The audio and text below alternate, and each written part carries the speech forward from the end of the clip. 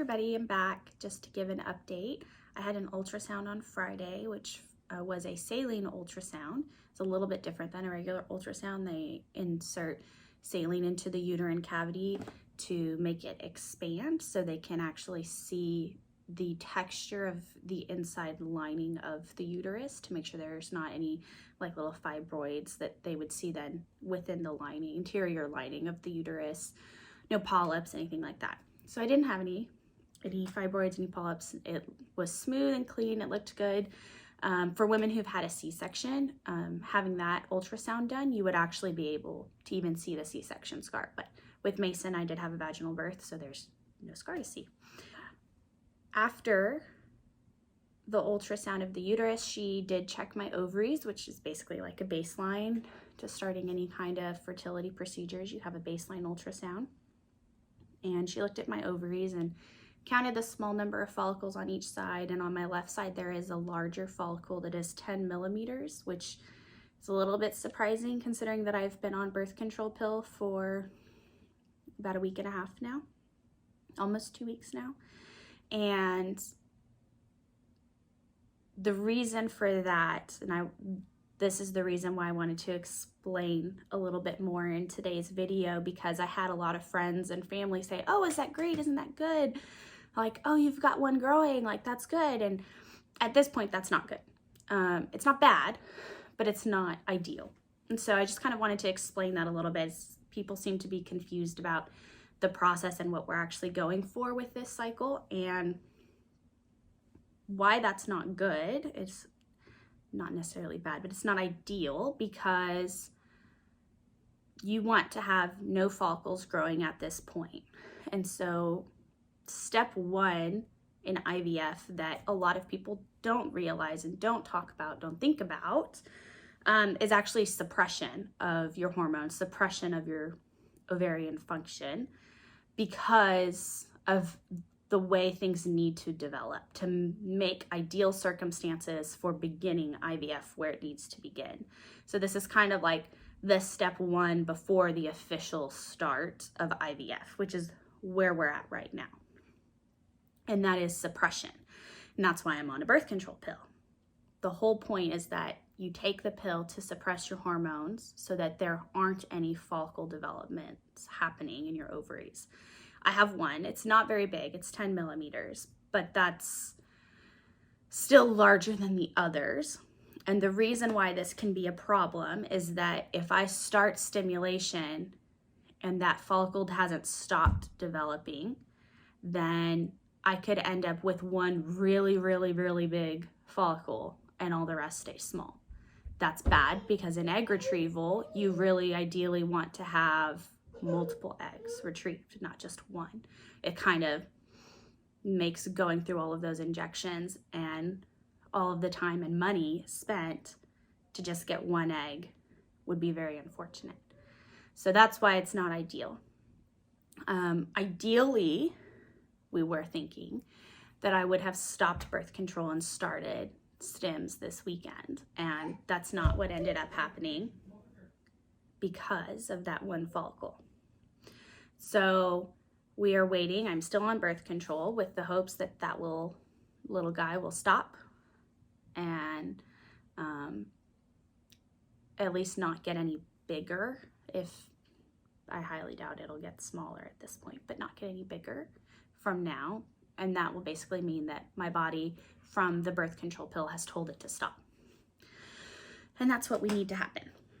So I'm still on birth control and I'll be on the pill through Tuesday. Today's Sunday, so I'll be on the pill through Tuesday, and then I will have another ultrasound next week to basically make sure that that one follicle stopped growing and is still at 10 millimeters, and then they'll tell me when to start my stims. I have a calendar now with like a rough start, but until we have that ultrasound and we know for sure, I'm not going to kind of tell anybody when we're starting those injections and starting those stims. But so that would be my next step, would be starting stimulation or stims, which is the injections of hormones that I will do myself into my stomach to help encourage multiple follicles to grow and with that goal of having multiple follicles grow, that within each one, hopefully there will be an egg. There isn't always an egg in every follicle that grows. But the follicles will grow, and hopefully I will have multiple to get a total between 15 to 20 follicles at my egg retrieval. And so we'll go through a couple appointments of ultrasounds where they'll follow up on how I'm responding to those injections, and they can adjust dosage and everything like that along the way. At one point, they'll add an additional injection, which will be to keep me from ovulating, because they don't want me to ovulate. We want to retrieve those eggs. We don't want to have them released, because that could be not very fun to actually ovulate 10, 20 eggs. That would not be good. So they'll do a lot of ultrasounds to check on that and make sure nothing like that is happening. And then when they're ready and we've got a good number of follicles that are at the correct size, which would be ideally about 20 millimeters, then we'll schedule an egg retrieval. I'll have a trigger shot that I'll do, and then we'll go in for the egg retrieval about 24 to 36 hours after that trigger shot. The egg retrieval is technically a surgical procedure that I will be under anesthesia with an IV, and it's a pretty straightforward procedure. They use ultrasound, they stick a long needle inside, and using ultrasound to guide the needle, they drain each follicle, because each follicle is just a little bubble of fluid, but within that fluid there is hopefully an egg in each one. And so they'll drain all of that fluid, including the egg, and then they'll count how many follicles they drained, how many eggs they did actually retrieve, and they'll give us that number, and then depending on what that number is, they'll let us decide how many we want fertilized. And then that doesn't necessarily mean that we'll have that many fertilized. So just because we retrieve 15 eggs doesn't mean that all 15 will get fertilized. Even if they directly fertilize them, which is called ICSI, is where they take a little tiny microscopic needle with each little sperm, and they put it into each individual egg and drop the little sperm off in there, and then wait for it to fertilize. If we don't do that, they basically just grab a petri dish with all the eggs and they throw Adam's sperm in there and let it try to happen naturally. You have a lesser chance of having as many eggs get fertilized that way. So, but even if they do directly with ICSI fertilize each individual egg, doesn't also necessarily mean that it'll take and that it will fertilize and be viable. So we'll get some updates. You know, initially at the egg retrieval, we'll get an update of how many follicles did they drain, how many eggs did they retrieve. Then we'll get an update the next day or so, probably how many were fertilized. Then at days 3, 5, and 6, they give you updates to see how many eggs are still growing into embryos at that point. If they're dividing cells appropriately, did they stop dividing, which then they're not viable?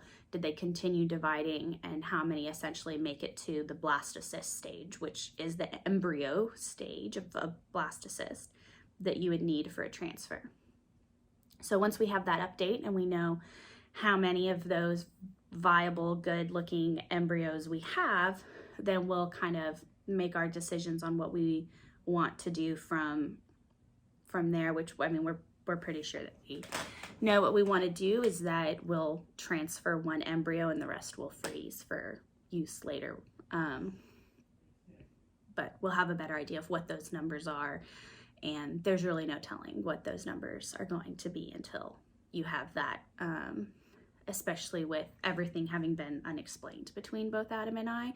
There's not a really good idea of what that could be like and what our numbers will be like. So that'll be that's kind of some exciting parts to it and kind of waiting to figure out, and we'll see what happens.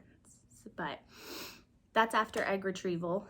Basically, after those 5 days, when we have our embryos, which when we decide what is a good embryo will be decided purely on physical appearance. We're not having any genetic testing done to the embryos. We can do it. It's more expensive, obviously, but it's something that Adam and I feel like we're already doing so much of this process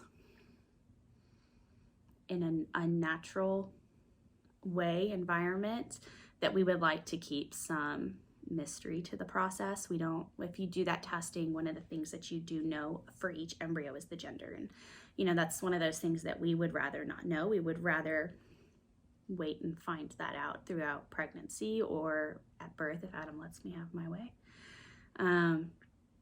And so we'll wait and see with that. But so when we say what a good embryo is on a scale of 1 to 10, we're talking about physical appearance. The cells look good. The cells looked to have divided correctly, appropriately, and everything looks viable from a physical, visual standpoint, not from a genetic makeup, PSG testing standpoint.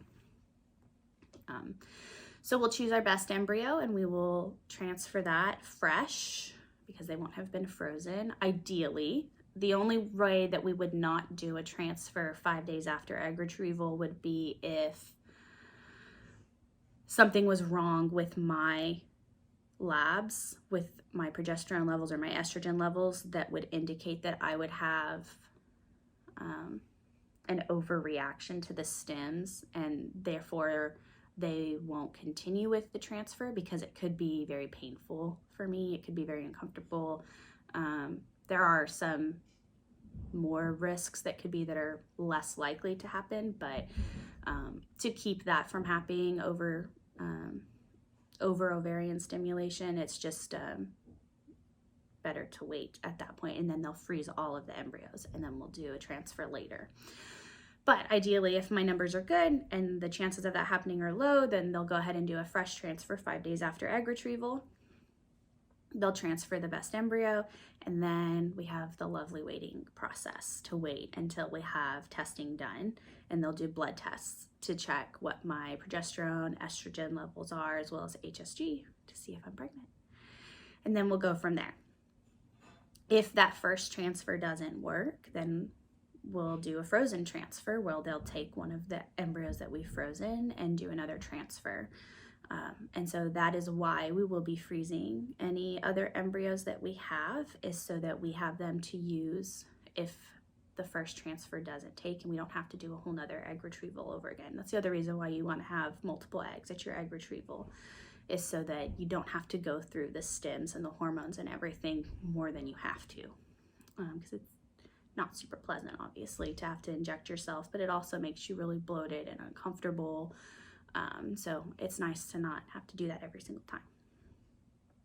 So we'll do transfer, and if I do get pregnant the first transfer, the fresh transfer, then we will have those embryos, and that's for Adam and I to decide on if we want to have more children in the future, if we want to hold on to those at a later point to have another transfer done in the future for baby number 3. Then we can do that. Otherwise, we've elected to donate them to another couple. If we choose that we are done having children, we don't want to have any more children, then we'll donate them to another couple, and kind of just take things from there. So that'll just decide on where we go in the future and what we want to do. But so that's a little bit more of the process and where we are now and what we're looking for now at this moment and what we're waiting on. And that's a big part of IVF and any fertility treatment and any journey of infertility at all, is a lot of waiting. Waiting for test results, waiting at the 2-week wait to have a pregnancy test, waiting for your next appointment to see what's happening in your ovaries. Lots of waiting. Waiting for baby. Lots and lots of waiting.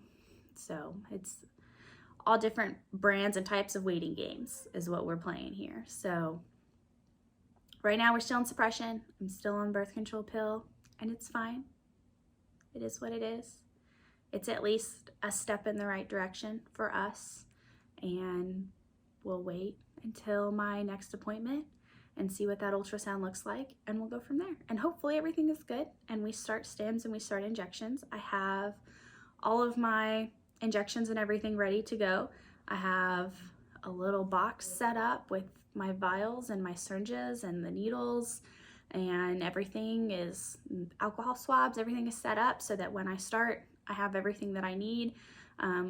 I've already gone, Adam and I have done all of the video classes explaining how to give all the injections, mix the medications for each one, and we can always go and rewatch those videos, as well as I think also when I have my next ultrasound, they'll actually have me sit down with the nurse and go through it again with her in person.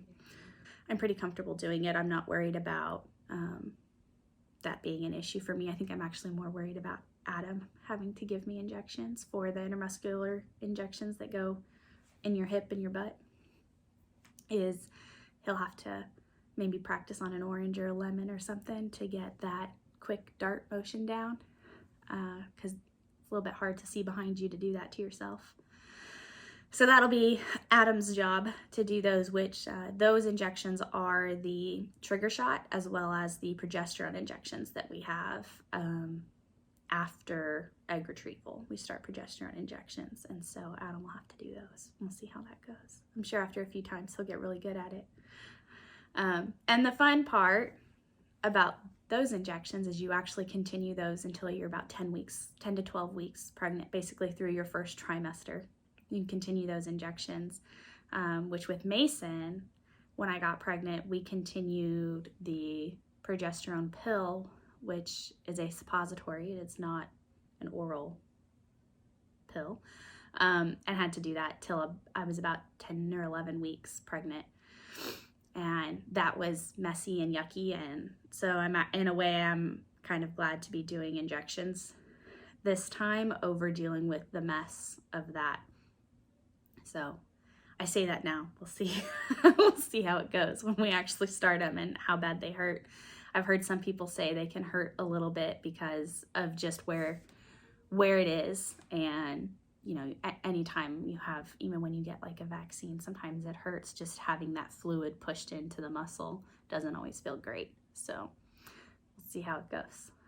But that's my update. That's where we stand. I'm not sure when we'll have another video going through what's happening with IVF and our process and where we are, probably after my next ultrasound, which I got my calendar from the nurse, but I don't have any appointments scheduled yet because it was end of day Friday when she sent that to me. And so the scheduler at the office, she'll call me probably Monday to schedule those appointments. So sometime next week, you guys will see another video with another update of how things are going and where they are. But I hope that this video helps clear up a little bit more about what the process is, what we're going for, what's ideal, and where we are and what we're waiting on. So I love you guys, and we'll see you in a few days, hopefully.